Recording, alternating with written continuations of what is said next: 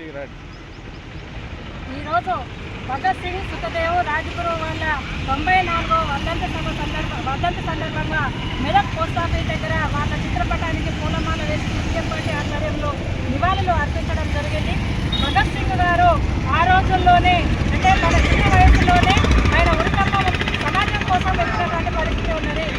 ఆ రోజుల్లోనే ముందు చూపుకొని సమాజం అభివృద్ధి కోసం ముందు చూపుకొని ఆయన పనిచేసి అంచనా వేసిన పరిస్థితి ఉన్నది.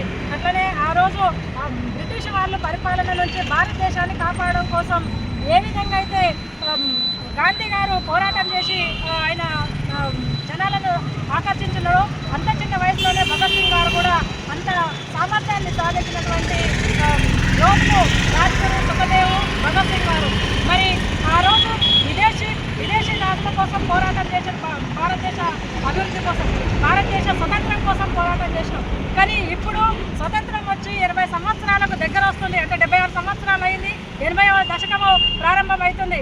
మరి ఈ 80 సంవత్సరాల కాలంలో స్వతంత్రం వచ్చినప్పటికీ కూడా ఈరోజు బయట ఉన్నటువంటి భారతదేశంలో దోచుకునేటువంటి రాష్ట్రం కాకుండా అంతర్గతంగా ఉన్నటువంటి భారతదేశంలో ఉన్నటువంటి అంతర్గత పెట్టుబడిదారులు, అంతర్గత కార్పొరేట్లకు ఇవాళ ఉన్నటువంటి పాలకులు దోషపెట్టినటువంటి పరిస్థితి ఉన్నది. ఇవాళ పేద ప్రజల కార్మిక వర్గం యొక్క శ్రమతోపిని దోచి ఇవాళ కార్పొరేట్లకు వాళ్ళ యొక్క ఫలితాలను ఇస్తున్నది.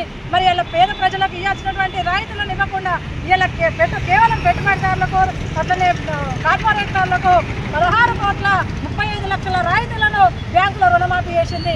అంటే వేరే ఇతర దేశస్తులు భారతదేశాన్ని దోచుకోవడము బయట వరకే కాకుండా అంతర్గతంగా ఉన్నటువంటి దొంగలను కూడా ఇలా పాలకులు కాపాడుతున్నటువంటి పరిస్థితి ఉన్నది.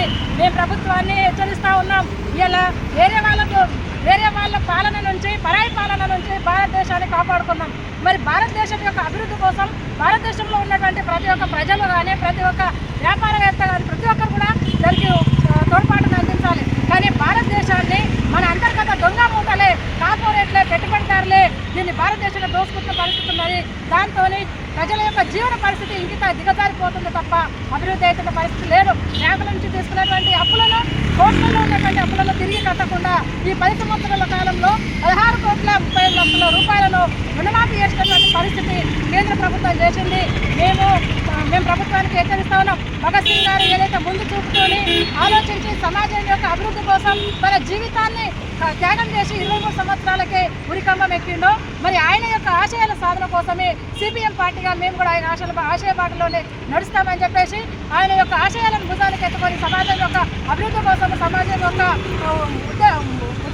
ఉద్ధరణ కోసం సిపిఎం పార్టీగా మేము కార్యాచరణ చేపడతామని చెప్పేసి ఈ సందర్భంగా